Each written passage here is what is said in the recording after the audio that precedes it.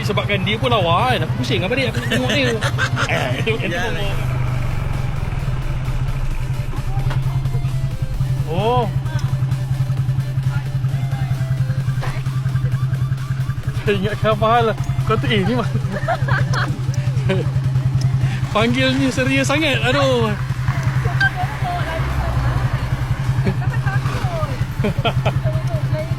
Kena pakai lampu.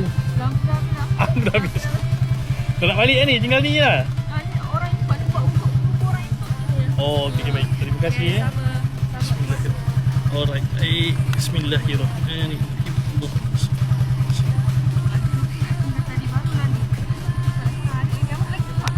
Ha? Tak ada.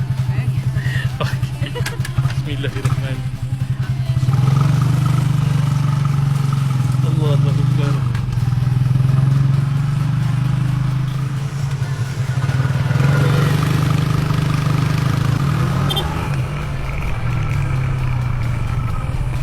Tak, akan nak habis kan sebab nak balik kan. Tinggal lagi berapa? Satu je yang saya bagi kat kawan saya. Alright, baik. Tolong macam itu je lah.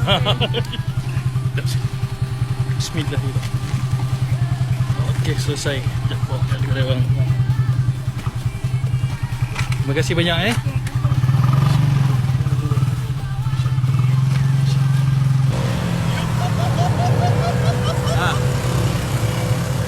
Kau ingat lah Toyin kau ada jaga traffic light dekat sini?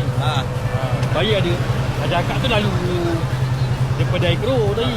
Habis tu masa kau jaga tu dia nampak kau. Jadi dia kata dia nak belanja kau air. Dia bagi kau tip ais. Ya kau tak? Tip ais tu? Tip ais tu? Aku rasa macam tip ais. Aku tak tahu air apa tapi sedap tu kan. Akak tu niaga dekat ni. Dekat apa? Dekat Betang Impian. Niaga tu kan. Dia ni boleh tahu. Ha? Dia tak tahu aku yang tipu kau. Ha? Aku tipu kau. Bodoh. Dia tak tahu.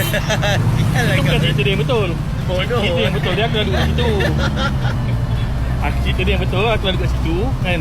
Dia naik air tapi ada orang ipak. Lepas tu aku ambil lah. Dia bagi aku satu dulu tau. Lepas tu dia kata dia nak lebih. Aku siapa nak lagi kan. Biarlah. Habis tu aku ingat kau. Aku tanya kan kau kan. Jadi sebabkan dia pun lawa kan, aku pusing apa dia, aku tengok dia. Itu ngomong kan. Tak adalah. Kau kalau lawa kau pusing kau, Lik. Tak adalah.